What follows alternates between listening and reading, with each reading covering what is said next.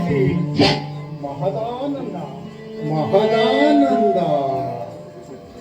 ತಂಗಿ ಸೀತಮ್ಮ ಅಣ್ಣ? ನೋಡಮ್ಮ, ಈ ಸಂದರ್ಭದಲ್ಲಿ ನಾನು ಇಲ್ಲಿ ಯಾಕೆ ಬಂದಿದ್ದೇನೆಂದ್ರೆ ಅದೊಂದು ವಿಷಯ ಹೇಳ್ಬೇಕಂತ. ಅದ್ಯಾವ ವಿಷಯವೇನು? ಹಬ್ಬದ ವಾತಾವರಣ ಕೆಡಿಸಿ ತಾವು ಯಾವ ರೀತಿ ಖುಷಿ ಪಡ್ಬೇಕಂತ ಬಂದಿದ್ರು? ಇವತ್ತು ಹಬ್ಬ ಇದೆ, ಅಣ್ಣ ಏನೋ ವಿಷಯ ಹೇಳ್ಬೇಕು ಅಂತ ಬಂದಿದ್ದಾರೆ. ಅದ್ ಏನ್ ಹೇಳ್ಬೇಕು ಅಂತ ಇದ್ದಾರೆ, ಹೇಗೆ ಸುಮ್ಮನೆ ಆಯ್ತು. ನಿನ್ನ ಅಣ್ಣನಿಗೆ ಅದೇನ್ ಹೇಳ್ಬೇಕು ಅಂತ ಆದಷ್ಟು ಬೇಗ ಹೋದ್ರೆ ಇಲ್ಲಿಂದ ಜಾಗ ಖಾಲಿ ಮಾಡಕ್ಕೆ. ಮನೆಗೆ ಬಂದ ಹಬ್ಬದ ದಿವಸ ಬಂದಂತ ನೆಂಟರನ್ನ ಯಾರಾದ್ರೂ ಹಾಗೆ ಹೋಗು ಅಂತ ಹೇಳ್ತಾರ? ಅದು ಬಿಡಿ ಬಾವ, ಯಾವಾಗಲೂ ನಾನು ಈ ಮನೆಗೆ ಬಂದಾಗ ಬಾವಿಂದ ಈ ಮಾತನ್ನ ಕೇಳಿ ಕೇಳಿ ನನಗೆ ರೂಢಿಯಾಗ್ಬಿಟ್ಟಿದೆ. ಸರಿ, ನಾನು ಅದೇನು ಹೇಳೋಕ್ ಬಂದಿದ್ದೀನಿ ಅಂದ್ರೆ, ಅಯ್ಯೋ ಮಾವ, ಏನು ಅವಾಗಿಂದ ಬಂದಾಗಿನಿಂದ ಒಂದೇ ವಿಷಯನ ಕುಯ್ತಲೇ ಇದ್ದೀರಲ್ಲ. ಅದೇನಾದ್ರೂ ವಿಷಯ ಮುಖ್ಯವಾಗಿದ್ರೆ ಬಾಯಿ ಬಿಟ್ಟು ಹೇಳ್ಬೋದಲ್ವ ಮಾವ? ಹೇಳಿ.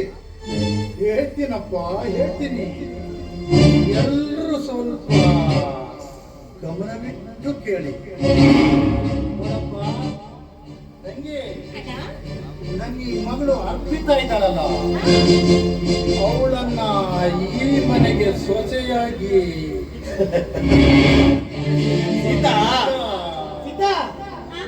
ನಿನಗೆ ಮದುವೆ ಆಗಿ ಇಷ್ಟು ವರ್ಷದ ಮೇಲೆ ಈ ನಿನ್ನ ಅಣ್ಣನ ಬಾಯಿಂದ ಒಂದು ಒಳ್ಳೆ ಶಬ್ದನ ಕೇಳ್ತಾ ಇದ್ದೀನಿ ಕಣೆ.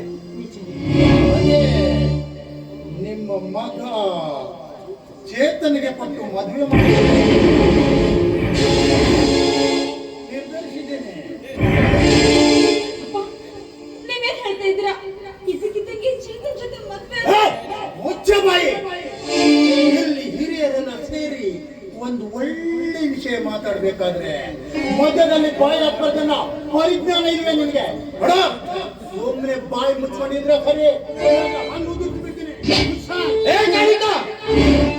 ನೋಡು ಏನ್ ಮಾತಾಡ್ತಿದ್ಯ ಅಂತ. ನೀನೇನು ನಿನ್ನ ಮಗಳನ್ನ ನನ್ನ ಮನೆ ಸೊಸೆ ಮಾಡ್ಕೊಂತೀಯ ಅಂತ ಕೊಡ್ತೀಯ ಅಂದ್ರೆ ಸಂತೋಷ ಒಪ್ಕೊಂಡ್ರಿ. ಆದ್ರೆ ನನ್ನ ಹಿರಿಯ ಮಗ ಭರತ್ ಈ ಮನೇಲಿ ಇರುವಾಗ ಹಿರಿಯ ಮಗನನ್ನ ಅದೆಂದಿಗೂ ಮದುವೆ ಮಾಡಲಾಗೋದಿಲ್ಲ. ಸಾಧ್ಯವಲ್ವಾ? ಅದ್ಯಾಕೆ ಸಾಧ್ಯವಿಲ್ಲ ಬಾಬಾ? ಇವಾಗ ನೀವೇ ಹೇಳಿದ್ರಲ್ಲ, ಹಿರಿಯ ಮಗ ಮನೆಯಲ್ಲಿ ಇರ್ಬೇಕಾದ್ರೆ ಹಿರಿಯ ಮಗನನ್ನ ಮದುವೆ ಮಾಡೋಕ್ ಸಾಧ್ಯವಿಲ್ಲ ಅಂತ. ಆಗಿದ್ದ ಮೇಲೆ ಇವನು ನಿನ್ನ ಮಗನ ಆ ಒಂದು ದೇವಸ್ಥಾನಕ್ಕೆ ಹೊರಟಾಗ ಎಲ್ಲೋ ತಿಪ್ಪೆಯಲ್ಲಿ ಬಿದ್ದಂತ ಹಾದಾದ ಮಗುವನ್ನು ತಂದು ಸಾಕಿದ ಮಾತ್ರಕ್ಕೆ ಅವನು ನಿನ್ನ ಹಿರಿಯ ಮಗನಾಗ್ತಾನ. ಇಂಥ ದರಿದ್ರನೊಂದಿಗೆ ನನ್ನ ಮಗಳನ್ನು ಕೊಟ್ಟು ಮದುವೆ ಮಾಡ್ಬೇಕ? ಅದೆಂದಿಗೂ ಸಾಧ್ಯವಿಲ್ಲ ಬಾಬಾ, ಅದೆಂದಿಗೂ ಸಾಧ್ಯವಿಲ್ಲ.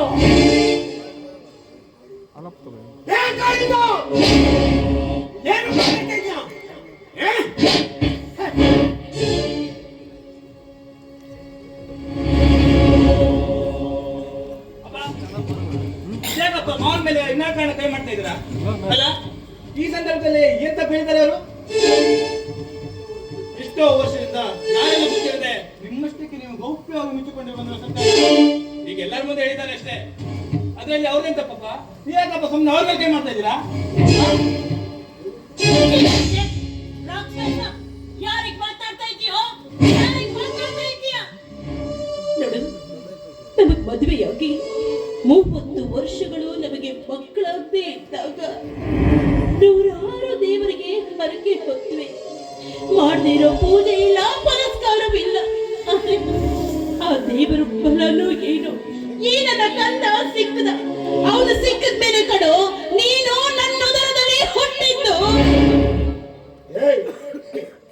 ಇವತ್ತು ಹೌದು, ಇವತ್ತು ನೀನು ತಂದೆ ತಾಯಿ ಎತ್ತರಕ್ಕೆ ಬೆಳೆದು ನಮಗೆ ಎದುರು ವಾದಿಸುವಂತಾಗಿದೆಯಲ್ಲ. ಬೇಡಪ್ಪ, ಬೇಡ. ಇವಾಗ ನೋಡಕ್ಕೆ ಹೋದ್ರೆ ಮಾವ ಹಾಗೂ ಚೈತನ್ಯ ಹೇಳ್ತಿರೋ ವಿಷಯದಲ್ಲಿ ಏನ್ ತಪ್ಪಿದೆಯಪ್ಪ?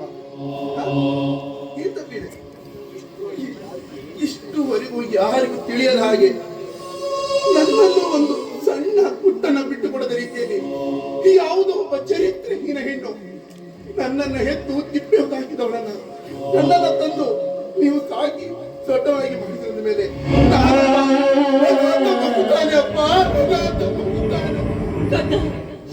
ಯಾರು ಏನೇ ಹೇಳಿ ನೀನು ಅನಾಥನಲ್ಲವೋ ಅನಾಥನಲ್ಲ. ನನ್ನ ಹೊಟ್ಟೆಯಲ್ಲಿ ಹುಟ್ಟಿದ ಮಗನಿಗಿಂತಲೂ ಹೆಚ್ಚು ಕಣ. ಅಯ್ಯೋ ಅಮ್ಮ.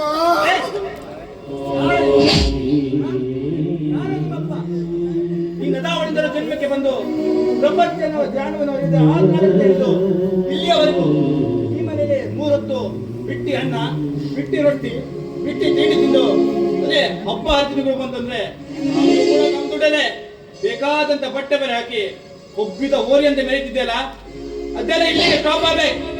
ಇನ್ ಮುಂದೆ ನಿನ್ನ ತಂದೆ ತಾಯಿಯನ್ನಾಗ್ಲಿ ಎಲ್ಲ ತುಡಿ ಬಿಟ್ಟಿದೆ. ಧರಿಸಿರೋ ಬಟ್ಟೆಯಲ್ಲಿ ನಿಂತ ಜಾಗದಲ್ಲೇ ತಿರುಗಿರೋದು ಹೋಗ್ತಾ ಇರ್ಬೇಕಷ್ಟೇ. ಯಾರನ್ನು ಮನೆ ಬಿಟ್ಟು ಹೋಗುವಂತ ಹೇಳ್ತಾ ಇದೀಯಾ? ಯಾರನ್ನು? ಅವತ್ತು ಕುಟುಂಬದಲ್ಲಿ ನಡೆದ ಒಂದು ಚಿಕ್ಕ ಕಲಹದಲ್ಲಿ ನಿನ್ನ ದೊಡ್ಡಪ್ಪ ಬಂಜರ ಭೂಮಿಯನ್ನು ನಮ್ಮ ಕೈಗಿಟ್ಟು ಮನೆಯಿಂದ ಹೊರನೂಕಿದಾಗ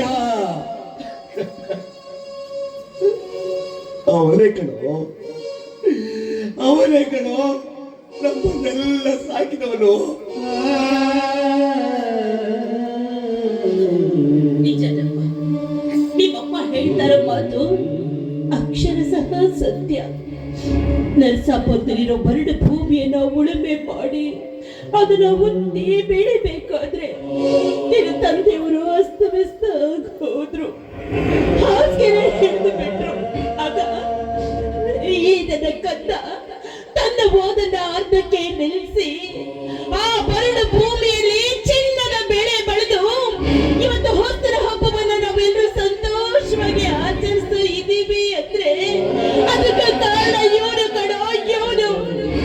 ಇಂಥವನನ್ನ ಮನೆ ಬಿಟ್ಟು ಹೋಗು ಅಂತ ಹೇಳೋದಕ್ಕೆ ನಿನ್ನ ಮನಸ್ಸಾದ್ರೂ ಹೇಗೆ ಬಂತು?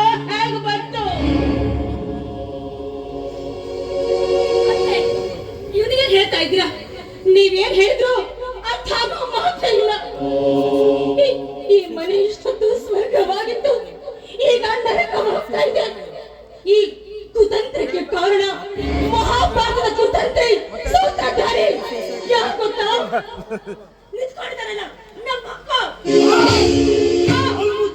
ನೀನೇ ಇದಕ್ಕೆಲ್ಲ ಸೂತ್ರಧಾರಿ. ನಾನು ಹಾಳು ಮಾಡ್ತೀನ.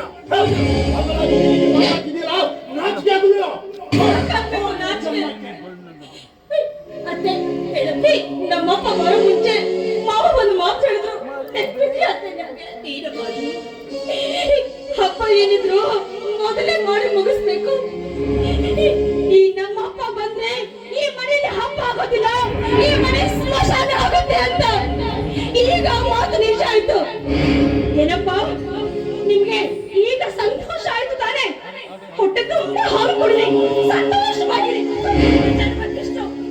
ಮಾಮ, ಕೈ ಮುಗಿದು ನಿಮ್ಮಲ್ಲಿ ಬೇಡಿಕೊಳ್ತೇನೆ, ದಯವಿಟ್ಟು ಈ ಒಬ್ಬ ಅನಾಥನಿಗೋಸ್ಕರ ನೀವು ಜಗಳ ಆಡೋದು ನನಗೆ ಸ್ವಲ್ಪವೂ ಇಷ್ಟ ಇಲ್ಲ. ನನಗೆ ತುಂಬಾ ಕಷ್ಟವಾಗುತ್ತೆ ಮಾಮ.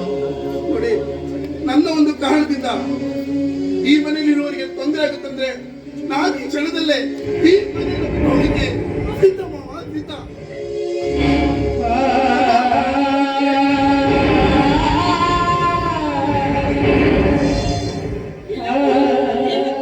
ಮನೆ ಬಿಟ್ಟು ಹೋಗೋ ವಿಚಾರ ಮಾತ್ರ ಮಾತಾಡ್ಬೇಡಪ್ಪ.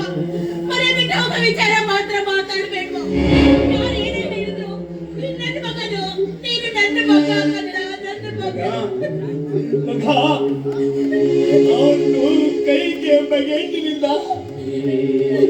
ರಾಮಾಯಣ ನಡೆಸಿತು.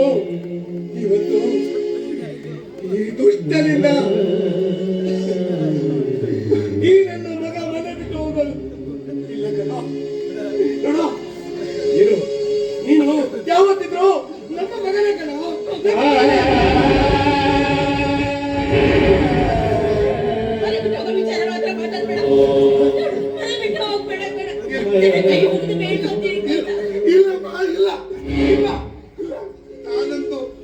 ಹಾಳಾಗಿದೆ.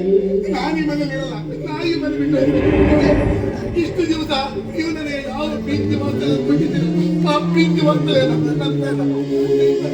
ಚೈತನ್ಯ ಬಯಸ್ತಾ ಇದ್ದಾನೆ. ದಯವಿಟ್ಟು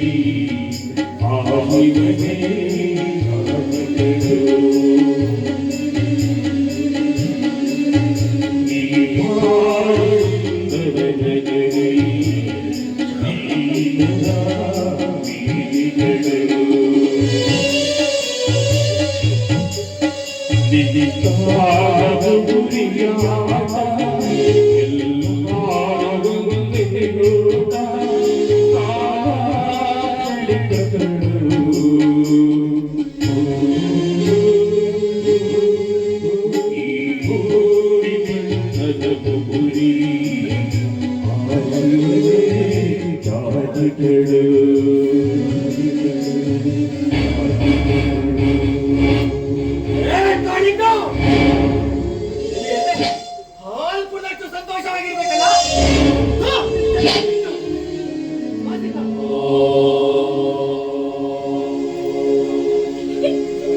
ಏನೋ ಅಪ್ಪ ಅಪ್ಪನ ಸುಂದರವಾಗಿ ನಗನಗ್ತಾ ಇದ್ದ ಸಂಸಾರದ ಹೊಳೆಯನ್ನೇ ಈಗ ಸಂತೋಷ ಮಾಡಿದ್ಯಲ್ಲ.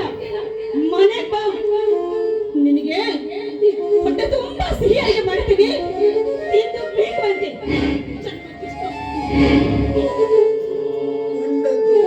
ಹೇಳಿದ್ರೆ ಕೆಂಡದಂತ ಕೋಪ.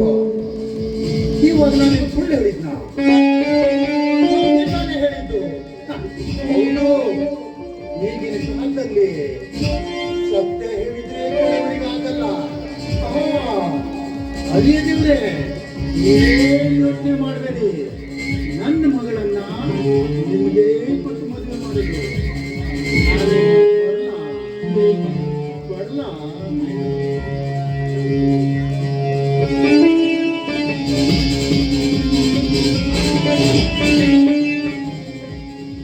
ಈ ಸಂದರ್ಭದಲ್ಲಿ ನನ್ನ ಮದುವೆಗೆ ಅಡ್ಡಗೋಡೆಯಾಗಿ ನಿಂತಿರುವ ಅಣ್ಣನೆಂಬ ಪೀಡೆಯಂತೂ ಮನೆಯಿಂದ ತೊಲಗಿದಾಯ್ತು. ಏನಿದ್ರು ನನ್ನ ಹಾಗೂ ಅರ್ಪಿತಾಳ ಮದುವೆ ಜೀವನ ಹೇಗಿರುತ್ತೆ ಅಂದ್ರೆ